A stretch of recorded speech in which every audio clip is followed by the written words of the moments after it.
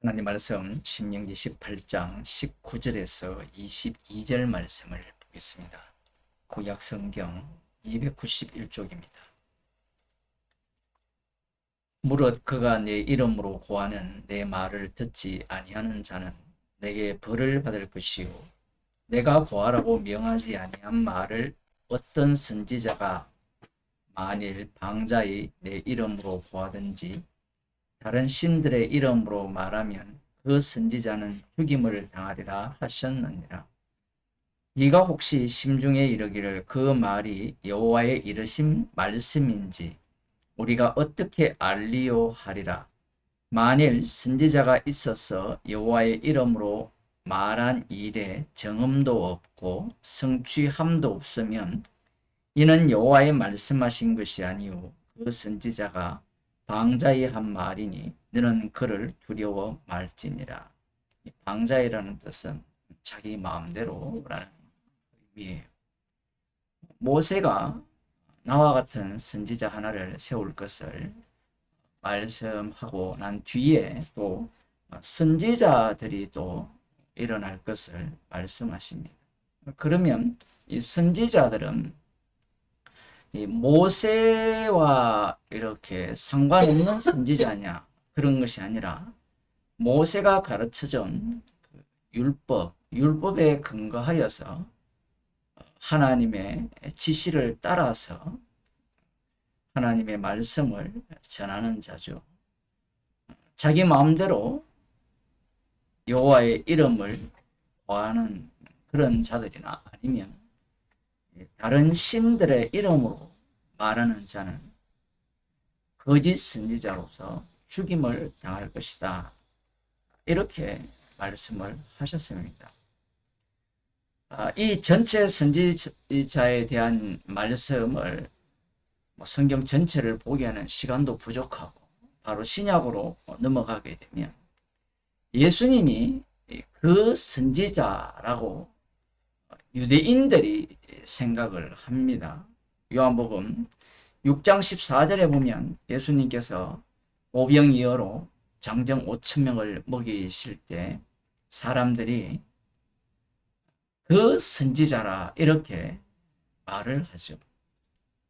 그리고 요한복음 7장 40절에 예수님께서 초막절날 끝날에 명절 끝날에 누구든지 내게로 오면 내게로 와서 생수를 마시면 그 배에서 생수의 강이 흘러 넘칠 것이라 이렇게 말씀을 하실 때 이 말씀을 듣는 어떤 사람들은 예수님을 그 선지자라 이렇게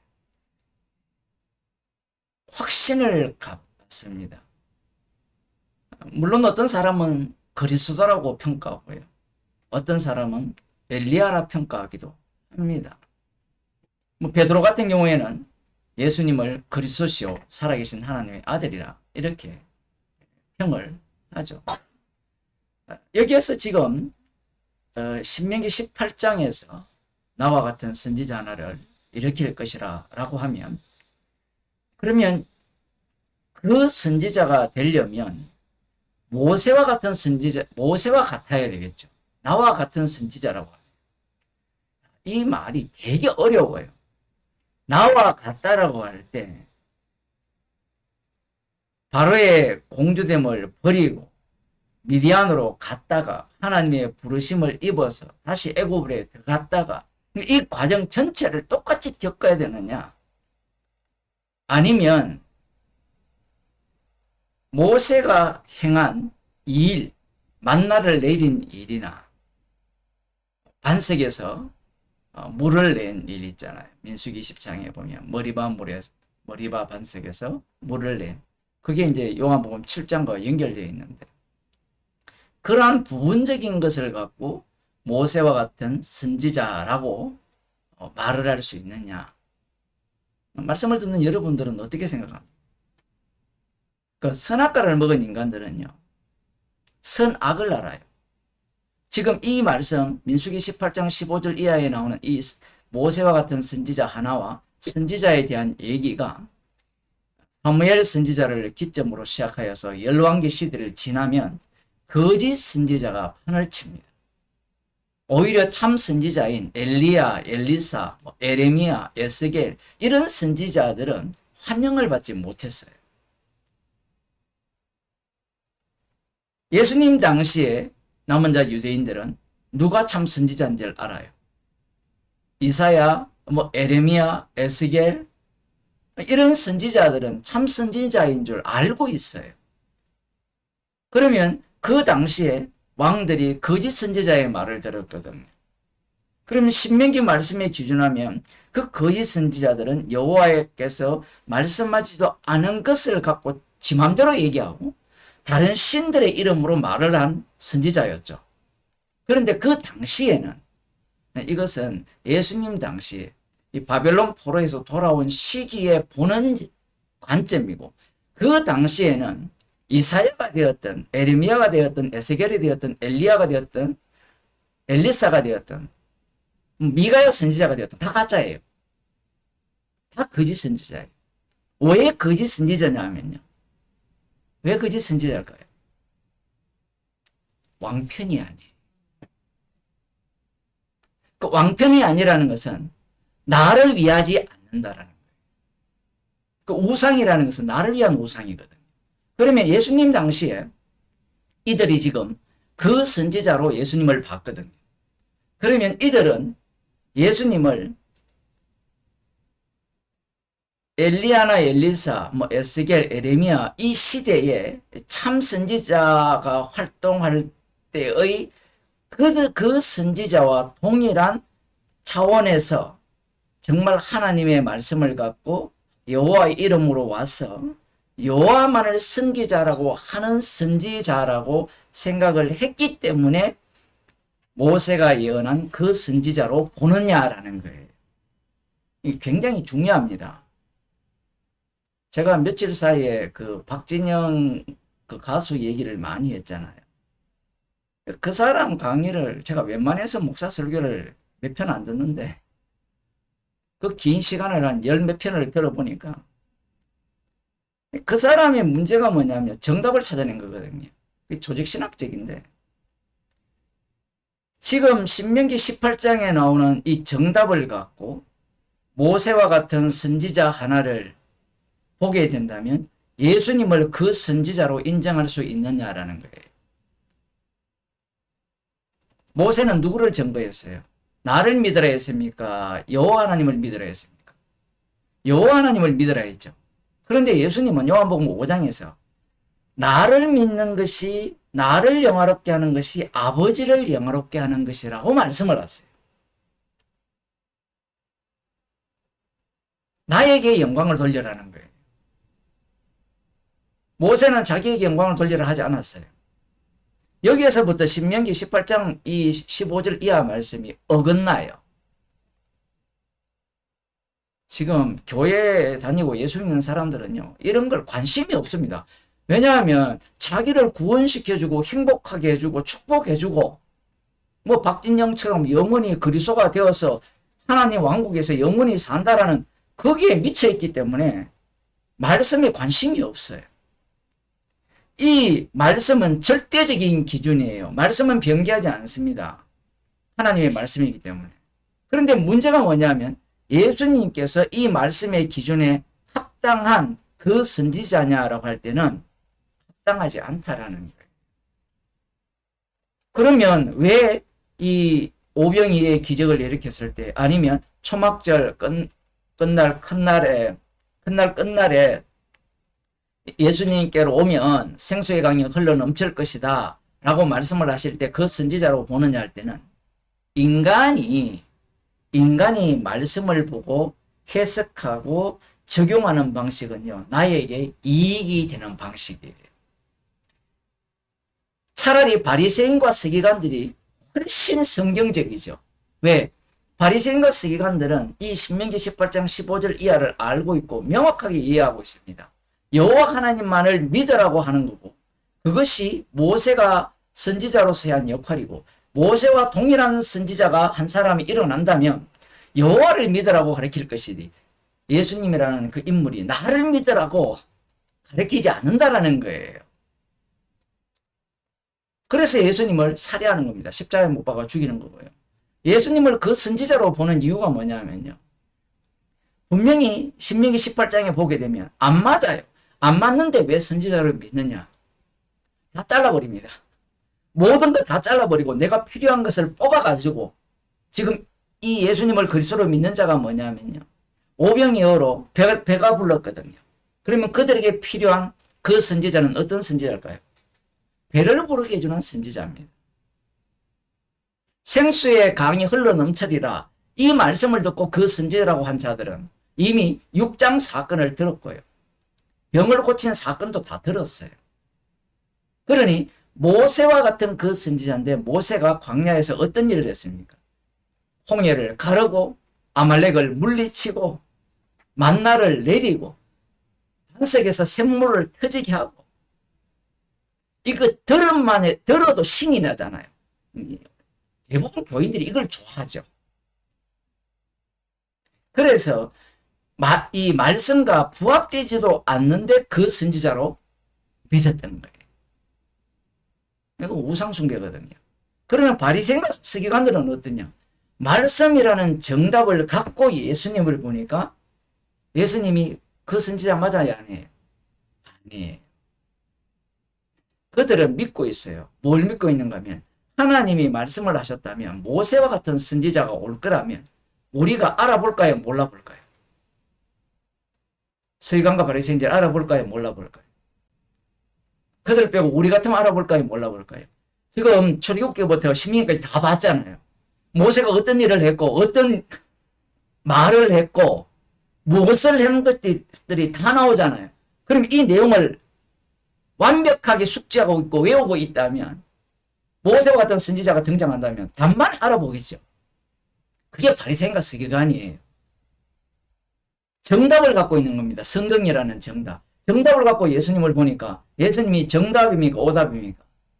오답이죠. 죽이라는 그 거짓 선지자에 해당돼요. 왜냐하면 여호와의 이름으로 왔다고 하면서 나를 믿으라 하죠. 자기를 하나님의 친아들이라 하죠. 하나님의 친아들이라면서 내가 하나님이라는 거예요. 이 말씀의 의미는 너희들이 믿는 하나님은 가짜라는 거예요. 그러니 이들이 신명기 18장 15절 이하에 나오는 이 정답 말씀을 기준으로 하여 예수님의 말씀을 들어볼 때 예수님을 용납할 수 없는 겁니다. 더 충격적인 것은 모세와 같은 선지자니까 모세가 출애굽을 시켰죠. 그죠? 그럼 예수님도 출애굽을 시켜야 되잖아요. 마태복음 2장을 한번 봅시다. 이 성경이 왜 어려우냐 하면 이 그 선지자에 대한 말씀이 예를 들어 요한복음을 제가 언급했으면 요한복음 자체에서 모든 것들이 나오면 좋은데 저자 요한이 기록한 것에 포함되어 있고 또 마태에 포함되어 있고 이게 뒤죽박죽으로 되어 있어요. 저 같은 경우에는 뒤죽박죽이 아니고 한 성경이기 때문에 아무런 문제가 없어요. 근데 나름 똑똑하다는 인간들은 이 마태가 썼고 마가가 썼고 누가가 썼고 요한이 썼기 때문에 거기에 더 관심을 갖게 됩니다. 더 흥미로운 것은요. 이 사도 이후에 속사도들 있잖아요. 교부시대 그런 시대로 가면요. 개판이 돼요. 복음이 모두가 다 정답으로 바뀝니다. 복음이 정답으로 바뀌어요. 복음은 정답이 없어요. 이렇게 이야기하면 십자가가 정답이 아닙니까? 정답이 맞는데 이 정답은 십자가 지신 분이 부활하셔서 친히 살아계시기 때문에 주님이 정답을 갖고 있어요. 그것을 달리 표현하면 그리스도가 우리 안에 산다는 거예요. 그런데 사도들은 성령을 받았기 때문에 계시를 쓸 때 주님이 살아계시는 말씀으로 썼는데 그 이후에 여러분 속사도들이 쓴 글들을 기회 나면 한번 보세요. 교부들 글들을 보면 다 정답이에요. 정답. 정리를 하는 거예요. 정리를. 그런 사고방식을 바리새인과 서기관들의 사고방식이거든요. 이게 충격적이잖아요. 왜 정답을 말하기 시작하는가 하면요. 교인들이 좀 모이기 때문에 그래요. 교인들이 안 모이면요. 정답을 말 안 해요. 교인들이 모이면 그 박진영 씨의 교회론을 보면요. 결국은 너희들 내 말 들어라 이 얘기입니다.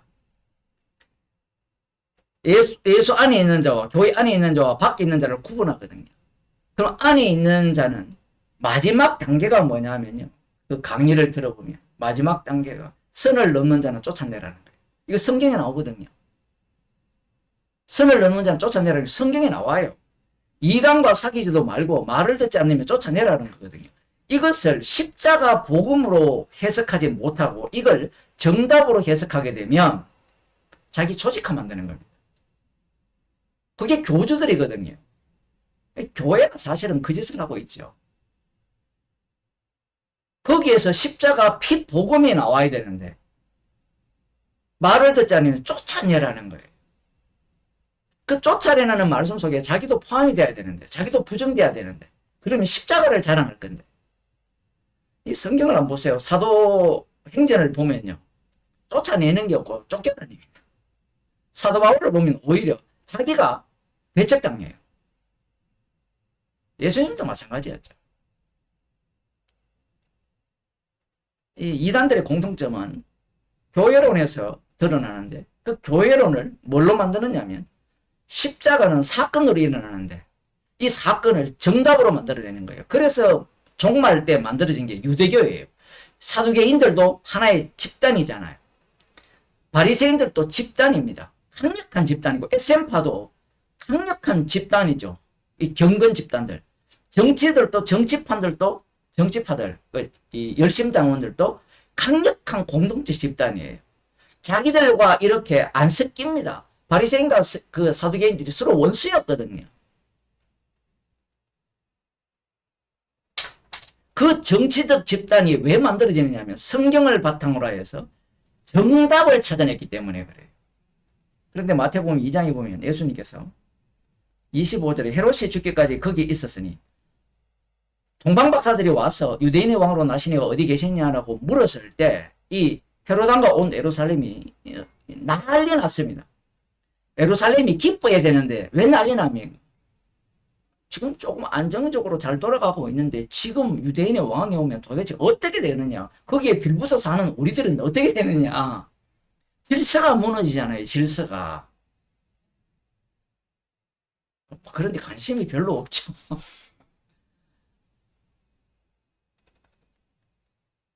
헤롯 왕이 이 예수님께 경배하고 그 동방박사들이 경배하고 헤롯 왕에게 보고를 해야 되는데 천사들이 죽이려고 하니까 딴 길로 인도해서 빠져버렸잖아요.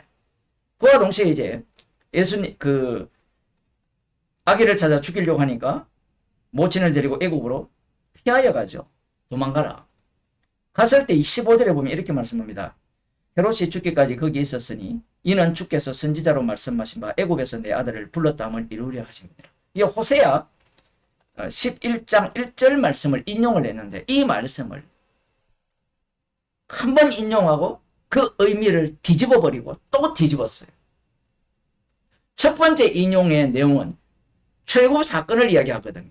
호세아 13장 1절은. 그런데 애굽에서 내 아들을 불렀다는 것은 애굽이 어디입니까? 지리적 애굽은 진짜 애굽이었잖아요. 지리적 애굽에서 누구를 부릅니까? 예수님을 부른 거죠. 그런데 그것만 의미를 두는 게 아니라 애굽에서 내 아들을 불렀다라는 것이 다시 호세아 13장 1절로 가게 되면 애굽이 어디라는 거예요? 예루살렘이 애굽이 되는 겁니다. 예루살렘이 애굽이 되고 그러면 이쪽 애굽은 지리적 애굽은 역시 애굽이고요. 예수님이 계신 곳이 약속의 땅이 되는 겁니다. 말씀이 이렇게 복잡해요. 자, 그러면 그 선지자라 했으면 모세와 같은 선지자라 했으면 모세가 출애굽을 시키잖아요. 그러면 어떤 출애굽을 시켜야 돼요? 이사야에서도 제2출애굽을 예언하고 있거든요. 그럼 어디에서 출애굽 시켜야 됩니까? 로마 제국에서 출애굽을 시켜야 되잖아요. 그런데 예수님이 그 선지자인데 어디에서 출애굽을 시켜요? 약속의 땅에서 출애굽을 시키는 거예요. 말도 안 되는 논리예요. 그래서 신명기 18장 그 15절 이하에서 예언한 그 선지자의 말씀에 정답을 기준으로 예수님을 판결하기 시작하면요. 예수님을 죽여야 돼요. 제가 지금 이 말씀을 드리는 이유가 뭐냐면 이 서기관과 바리새인들이 특별히 악해서 예수님을 살해한 게 아니고요. 말씀에 충성이었기 때문에 그래요.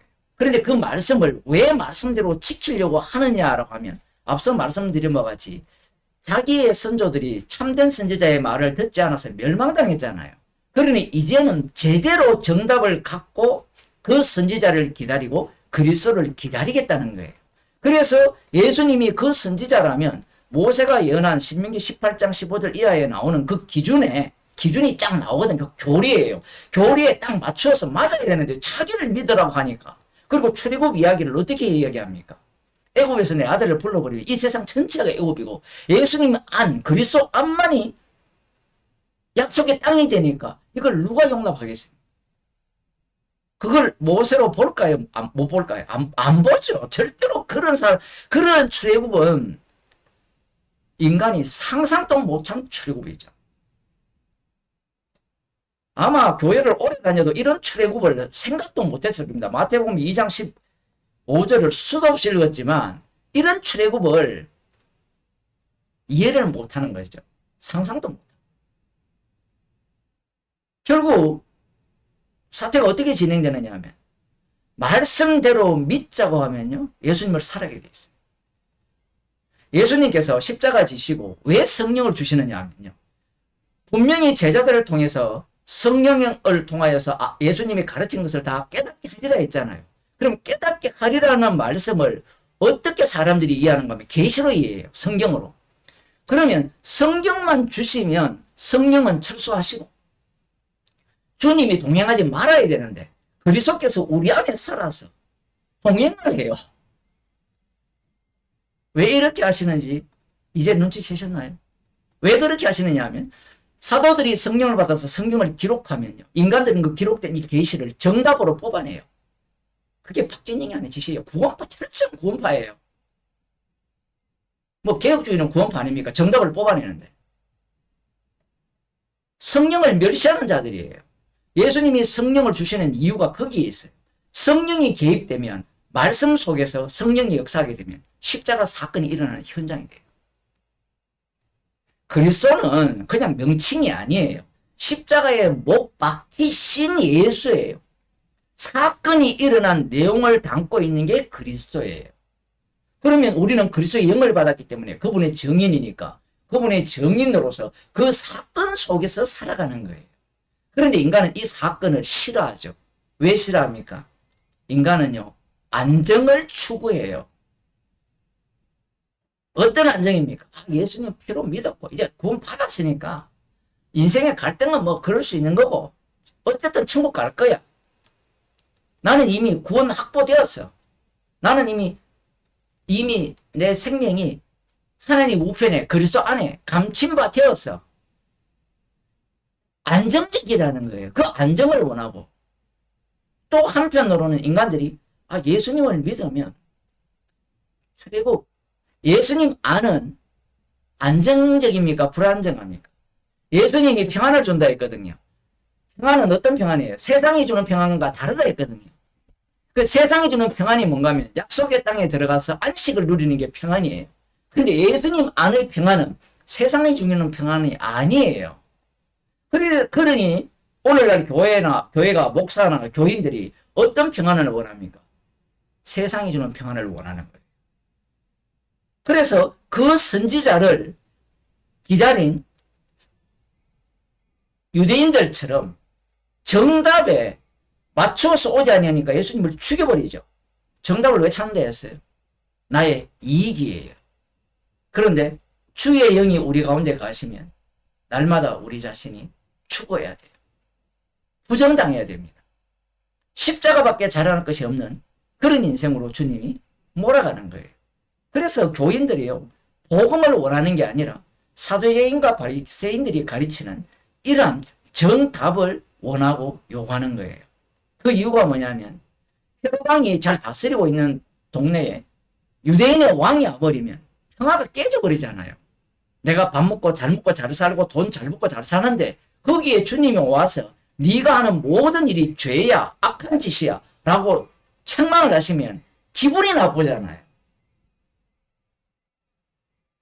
성령 못 받았으니까 책망할 이유도 없고 귀신의 영을 받았으니까 그것을 독려하는 겁니다.